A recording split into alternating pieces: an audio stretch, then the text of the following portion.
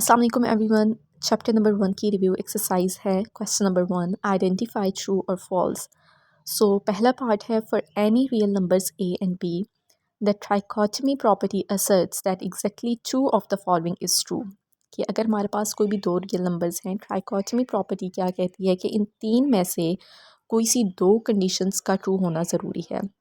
ठीक है, इन तीन में से दो कंडीशंस मस्ट ट्रू हो। तो यहाँ पे अगर फॉर एग्जांपल कोई भी हमारे पास दो नंबर्स हैं, लेट्स से 3 एंड 2, तो अब देखिए अगर 3 इज़ ग्रेटर देन 2 है, राइट, तो अब एक टाइम पे एक ही कंडीशन होल्ड कर सकती है, ए is greater than be in this case. ठीक है, अब ऐसा तो नहीं है कि 3 इक्वल हो 2 के या 3 स्मॉलर हो बी से। एट अ टाइम एक ही कंडीशन यहाँ पे इन तीनों में से ट्रू हो सकती है। सो यहाँ पे ये स्टेटमेंट हमारे पास फॉल्स हो जाएगी। और ये प्रॉपर्टीज़ ऑलरेडी पहले लेक्चर्स में मैं आपको डिटेल में एक्सप्लेन कर चुकी हूँ। You can check those lectures as well. ठीक है, सो नेक्स्ट है, the commutative property of multiplication and addition means that the order in which numbers are added or multiplied does not affect the result. Commutative property जो multiplication और addition की है वो क्या कहती है कि अगर हम नंबर्स को ऐड या मल्टीप्लाई करते वक्त उनका ऑर्डर चेंज कर दें तो उससे रिजल्ट इफेक्ट नहीं होता। अब लेट्स सपोज अगर 4 को 5 से मल्टीप्लाई करें या ऑर्डर चेंज कर दें, 5 को पहले लिख लें और 4 को बाद में, रिजल्ट विल बी सेम। ठीक है, 4 5 are 20 and so as 5 4 are 20, हमारे पास आंसर सेम रहेगा। सो यहाँ पे मल्टीप्लिकेशन की जो कम्यूटेटिव प्रॉपर्टी है वो तो होल्ड कर रही है। ऐसे ही अगर हम एडिशन का चेक करें, देखें 5 + 4 है, अगर ऑर्डर चेंज कर दें 4 + 5 कर दें तो इससे रिज़ल्ट पे इफ़ेक्ट नहीं पड़ेगा। ओके, तो यहाँ पे ये जो हमारे पास स्टेटमेंट है ये हमारे पास ट्रू हो जाएगी क्योंकि कम्यूटेटिव प्रॉपर्टी मल्टीप्लिकेशन और एडिशन दोनों के लिए होल्ड करती है। थर्ड है, rational numbers can always be expressed as non terminating non repeating decimal expansion. ये फॉल्स होगा क्योंकि नॉन टर्मिनेटिंग और नॉन रिपीटिंग डेसिमल्स हमारे पास इरेशनल नंबर्स होते हैं। The power rule for exponents can be expressed as this. तो ये हमारे पास ट्रू है। ये रूल्स हम ऑलरेडी पढ़ चुके हैं पिछले लेक्चर्स में। The closure property of real numbers states that the subtraction of any two real numbers is always a real number। के अगर कोई से दो नंबर्स को सब्ट्रैक्ट करें, ठीक है, तो रिजल्ट भी, आंसर भी हमारे पास रियल नंबर ही होगा। So this statement is true. Next है हमारे पास simplifying expressions involving nth roots and radical expressions with variables involves adding the exponents together। कि अगर हमारे पास कोई भी वेरिएबल्स हैं या नंबर्स हैं जिनका nth रूट है, ठीक है, रेडिकल फॉर्म में है और ये एक्सपोनेंशियल फॉर्म में, हम इसको इस तरह से लिख लेते हैं, तो उनकी एक्सपोनेंट्स को, पावर्स को हम ऐड करते हैं। ये स्टेटमेंट हमारे पास फॉल्स है क्योंकि इसके लिए हमारे पास डिफरेंट कंडीशंस होती हैं, डिफरेंट रूल्स होते हैं। अगर हम मल्टीप्लाई कर रहे हैं, डिवाइड कर रहे हैं, प्लस कर रहे हैं वेरिएबल्स को या नंबर्स को, तो उनकी पावर्स के लिए अलग अलग रूल्स होते हैं। ठीक है, बेस सेम है तो बेस डिफरेंट है तो यहाँ पे ये स्टेटमेंट हमारे पास फॉल्स हो जाएगी क्योंकि हम हमेशा एक्सपोनेंट्स को ऐड नहीं करते। नेक्स्ट है, the additive property of inequalities allows you to add same quantity to both sides of in inequality without changing its direction. कि अगर हमारे पास एडिटिव प्रॉपर्टी है इनइक्वालिटी की, जैसे 3 इज़ लेस दैन 5, तो अगर हम इस इनइक्वालिटी में, ठीक है, दोनों साइड्स पे, on the both sides, if we add the same quantity, अगर कोई हम सेम नंबर ऐड करते हैं दोनों साइड पे, लेट्स से यहाँ पे अगर हम 2 ऐड करते हैं, ठीक है, सो 3 + 2 क्या हो जाएगा हमारे पास 5, और 5 + 2 क्या हो जाएगा 7। तो 5 इज स्टिल लेस देन 7, तो दैट मीन्स कि इनइक्वालिटी का साइन चेंज नहीं हो रहा। तो यहाँ पे ये जो हमारे पास स्टेटमेंट है इसमें यही कहा जा रहा है। सो ये स्टेटमेंट हमारे पास ट्रू होगी। नेक्स्ट है, rationalising denominators of radical expressions involves making the denominator a rational number by removing any radicals. कि डिनोमिनेटर्स को हम जब रैशनलाइज करते हैं उसका पर्पस क्या होता है कि डिनोमिनेटर में अगर ये सर्ड्स हों, ठीक है, तो उसको हम, या रेडिकल्स हों, उसको हम ख़त्म करते हैं और कन्वर्ट करते हैं इनटू अ रैशनल नंबर। सो ये स्टेटमेंट हमारे पास ट्रू होगी क्योंकि रैशनलाइज करने का पर्पस यही होता है। और सर्ड्स क्या होते हैं, you can check my previous lectures for detailed explanation. Okay, next है, the symmetric property of real numbers. कि सिमेट्रिक प्रॉपर्टी जो है रियल नंबर्स की asserts that if A is greater than B then B must also be greater than A. ये false होगा क्योंकि अगर ए ग्रेटर है बी से देन इट्स नॉट पॉसिबल कि बी भी ए से ग्रेटर हो। अब देखें, अगर हमारे पास नंबर्स हैं 3 इज़ ग्रेटर देन 2, तो एट अ टाइम 3 ग्रेटर है 2 से, इट्स नॉट पॉसिबल कि 2 ग्रेटर हो 3 से। सो ये हमारे पास फॉल्स होगा। The inverse elements for addition and multiplication in real numbers are the opposite and the reciprocal respectively, कि एडिशन का जो ऑपोजिट है और मल्टीप्लिकेशन का वो ऑपोजिट और रेसिप्रोकल होते हैं, ठीक है। इन्वर्स एलिमेंट्स रिस्पेक्टिवली का क्या मतलब है, एडिशन के साथ ऑपोजिट होगा और मल्टीप्लिकेशन के साथ रेसिप्रोकल होगा, ओके। कि एडिशन का इन्वर्स एलिमेंट ऑपोजिट होता है, जैसे 3 का ऑपोजिट इन्वर्स एलिमेंट ऑपोजिट क्या होगा, -3, और इसी तरह से मल्टीप्लिकेशन का रेसिप्रोकल होता है 1/3 इन्वर्स एलिमेंट, ठीक है। 3 का इन्वर्स एलिमेंट 1/3 है और मल्टीप्लिकेशन में और एडिशन में -3 होगा। सो ये स्टेटमेंट हमारे पास ट्रू होगी। Question number 2 है, for every question there are 4 options, choose the right one. Okay, so the first one is real numbers consist of, real numbers consist होते हैं only rational numbers, only irrational numbers, both rational and irrational, neither rational nor irrational. So real numbers हमारे पास rational और दोनों irrational numbers दोनों का combination होते हैं, so third option. Next है both addition and multiplication in Z set, ठीक है, that means integers के sets में both addition and multiplication are commutative, associative या distributive. तो all of these ये option हमारे पास correct होगा। अब ये सारी properties पहले explain की जा चुकी हैं, वहाँ से आपको अगर कोई भी confusion है you can clear it, okay.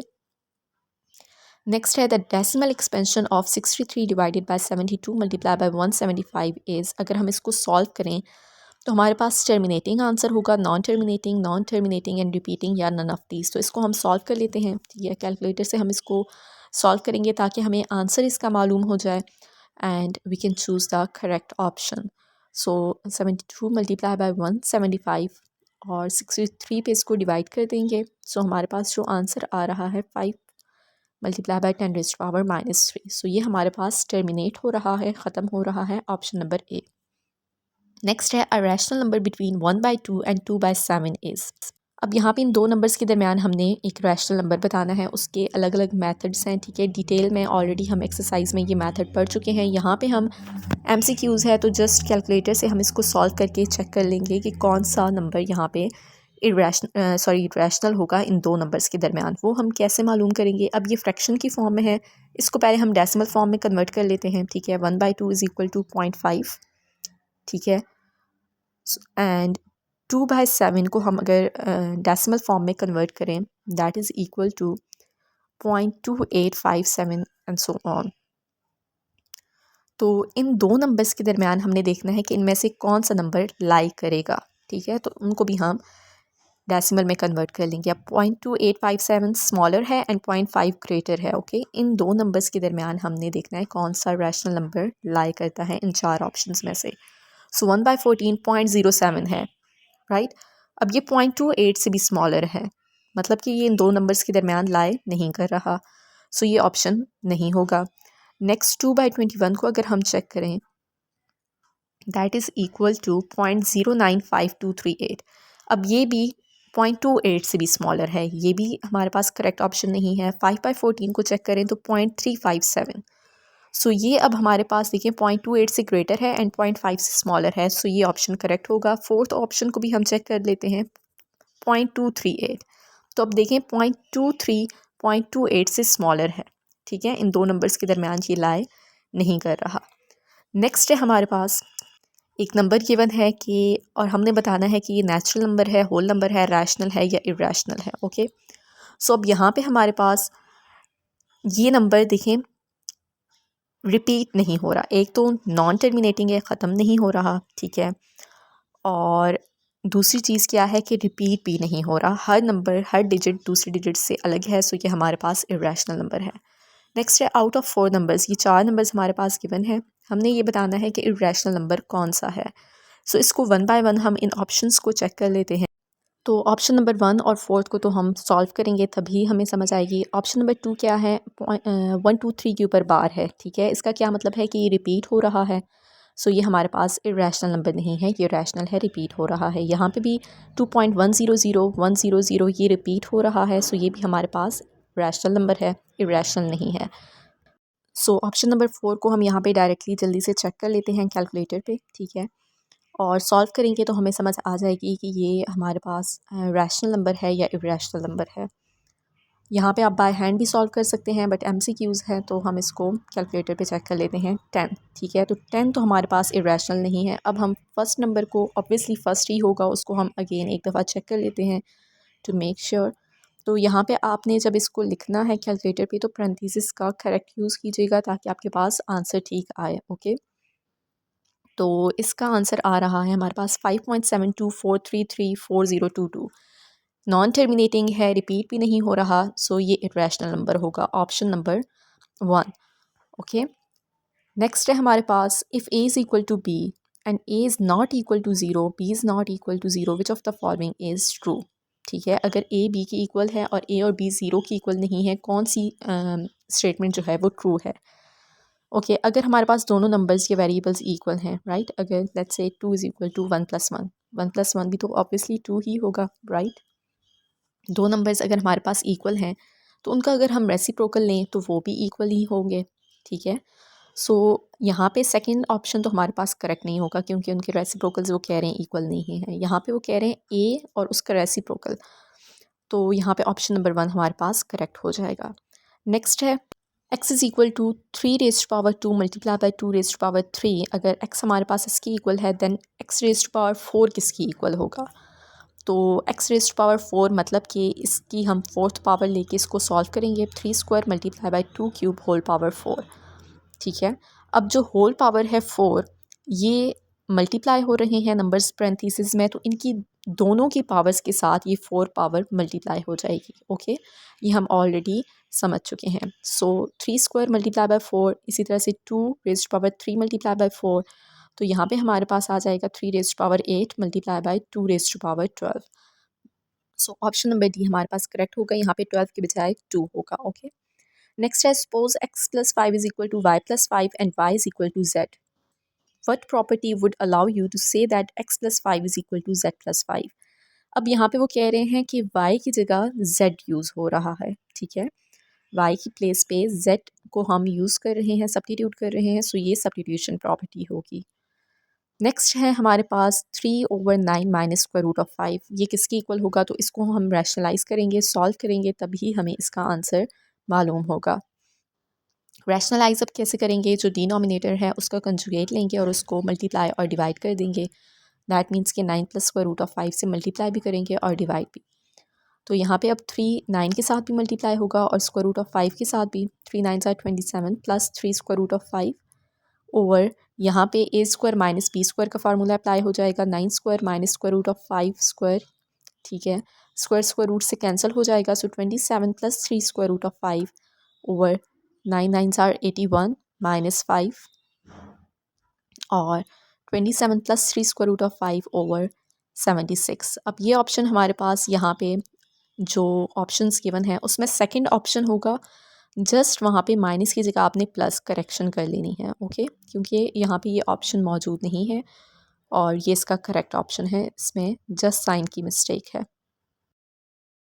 Next है a store sells a product for 50 rupees per unit, the cost of the product is 30 rupees per unit. ठीक है, and if the store has 100 units in inventory and sells 60 units, what is the store's gross profit। Okay, अगर उनके पास 100 unit है और 60 unit वो cell कर रहे हैं तो उनका प्रॉफिट कितना होगा। तो इसको हम सॉल्व कर लेते हैं। जो सेलिंग प्राइस है वो 50 रुपये है और जो कॉस्टिंग प्राइस है वो 30 रुपीज़ है पर यूनिट। तो सेलिंग प्राइस हमारे पास क्या है, 50 रुपीज़ पर यूनिट। एक यूनिट की प्राइस 50 रुपये है, तो 60 यूनिट्स की प्राइस क्या होगी, 50 मल्टीप्लाई बाय 60 हमारे पास आ जाएगी प्राइस 3000 रुपीज़। ओके, तो ये हमारे पास 60 यूनिट की प्राइस है और कॉस्ट प्राइस क्या है, 30 रुपीज़ पर यूनिट, मतलब एक यूनिट की प्राइस 30 रुपीज़ है पर यूनिट। और हमने 60 यूनिट्स की फ़ाइंड करनी है। टोटल 100 यूनिट है उनके पास लेकिन वो 60 सेल कर रहे हैं, तो उस पर हमने प्रॉफिट फाइंड आउट करना है। So for 60 units costing price will be 30 multiplied by 60, that is equal to 1800। That means कि 60 यूनिट उन्होंने 1800 रुपीज़ में परचेज़ किए हैं और 3000 में सेल किए हैं, तो उस पर अब हमने प्रॉफिट फाइंड आउट करना है। प्रॉफिट हम कैसे फाइंड करेंगे, जो सेलिंग प्राइस है उसमें से कॉस्ट प्राइस को माइनस कर देंगे 3000 minus 1800 and that is equal to 1200. So option number A is correct. So next है हमारे पास the cost price of 20 articles is the same as the selling price of x articles. ठीक है, 20 articles की जो cost price है वो x articles की सेलिंग प्राइस के बराबर है. If the profit is 25% then find the value of x. ठीक है, हमने एक्स आर्टिकल्स जो हैं वो फाइंड आउट करने हैं. सो इसके लिए हम इसको सॉल्व कर लेते हैं. तो यहाँ पे हमारे पास जो कॉस्ट प्राइस है ऑफ 20 आर्टिकल्स वो सेम है selling price of x articles के. ठीक है, cost price of 20 articles is equal to selling price of x articles. जो हमने x number of articles find out करने हैं. तो इसको हम लिख सकते हैं cost price multiply by 20. Okay, cost price of 20 articles and that is equal to selling price of x articles. so selling price multiply by x.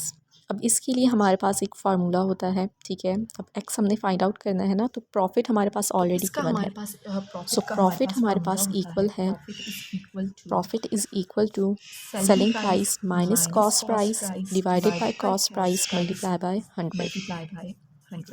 तो यहाँ पे हम इसको थोड़ा सा रीअरेंज कर लेते हैं. प्रॉफिट इज़ इक्वल टू, अब जो डिनोमिनेटर है वो न्यूमरेटर में दोनों टर्म्स के साथ आ जाएगा. Selling price by cost price minus cost price by cost price और मल्टीप्लाई बाय 100. तो अब यहाँ पे हम इसको सिंप्लीफाई कर लेते हैं. Selling price by cost price, यहाँ पे कॉस्ट प्राइस के साथ कैंसिल हो जाएगा. सो 1 मल्टीप्लाई बाय 100. अब यहाँ पे हमें सेलिंग प्राइस और कॉस्ट प्राइस, ठीक है, उसकी वैल्यू चाहिए है और यहाँ पे ये दोनों अननोन है. सेलिंग प्राइस भी नहीं मालूम और कॉस्ट प्राइस भी. तो इसको हम थोड़ा सा रीअरेंज करते हैं.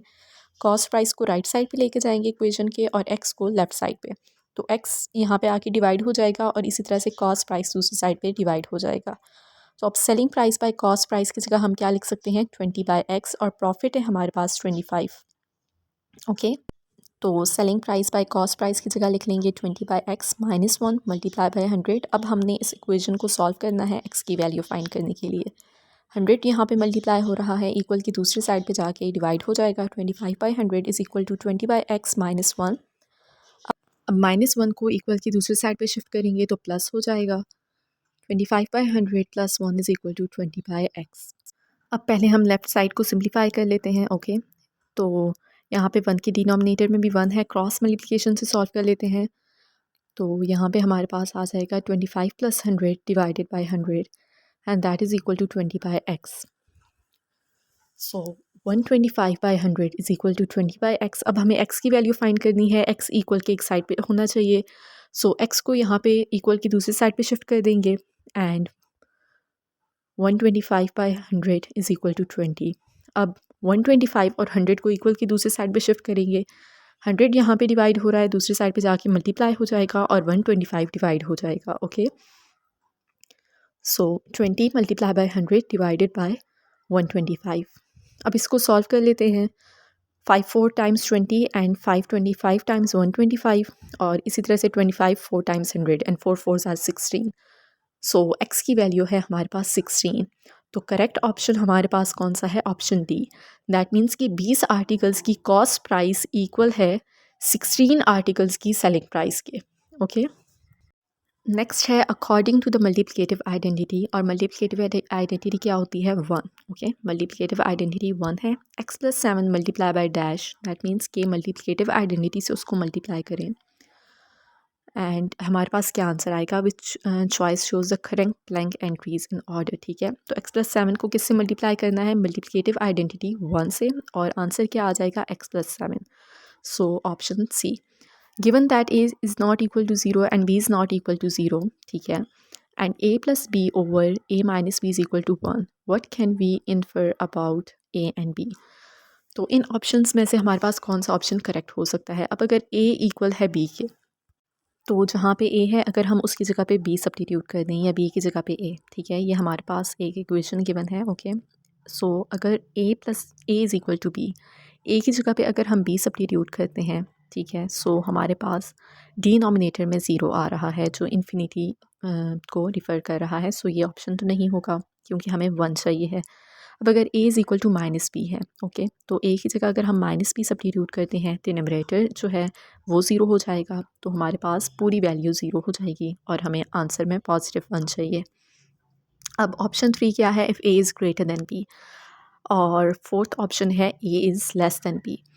तो अगर a ग्रेटर है b से, ठीक है, अब राइट साइड पे पॉजिटिव 1 है, हमें पॉजिटिव में वैल्यू चाहिए है, ओके। तो अगर हमारे पास a ग्रेटर है b से, तो हम न्यूमरेटर को सॉल्व करें तो भी पॉजिटिव वैल्यू होगी, डिनोमिनेटर को सॉल्व करें तो भी पॉजिटिव वैल्यू होगी, तो हमारे पास पॉजिटिव 1 आ सकता है, ठीक है। तो ऑप्शन नंबर 3 करेक्ट हो सकता है, लेकिन ऑप्शन नंबर 4 क्या है, a is less than b, कि अगर a स्मॉलर है b से, तो अगर a स्मॉलर हो b से तो न्यूमरेटर जो है वो प्लस में आ जाएगा और डिनोमिनेटर नेगेटिव में आ जाएगा, राइट। तो ये पूरी वैल्यू हमारे पास माइनस में हमें आंसर देगी, नेगेटिव में आंसर आ जाएगा लेकिन हमें पॉजिटिव में चाहिए है, तो फिर ऑप्शन नंबर 3 हमारे पास करेक्ट ऑप्शन होगा, ओके। सो नेक्स्ट है हमारे पास, if P Q R real numbers, P Q और आर रियल नंबर्स हैं और P is greater than Q, Q is greater than R, which is greater than zero, which is the smallest, तो इनमें से smallest कौन सा है। और ऑप्शंस में हमारे पास इनकी रेसिप्रोकल्स गिवन है, 1 by P, 1 by Q, 1 by R और नन ऑफ दी अबव। तो पहले हम इनको रेसिप्रोकल की फॉर्म में लिखते हैं, P is greater than Q, which is greater than R, which is greater than zero. तो अगर हम इसके रेसिप्रोकल लिखें 1 by Q, 1 by P, 1 by Q, 1 by R, तो जब हम रेसिप्रोकल लेंगे तो जो इनइक्वालिटी का साइन है वो चेंज हो जाता है, ओके। जो इनइक्वालिटी का साइन है वो चेंज हो गया, तो अब सबसे स्मॉलेस्ट वैल्यू कौन सी है, 1 by Q, so this is the correct option.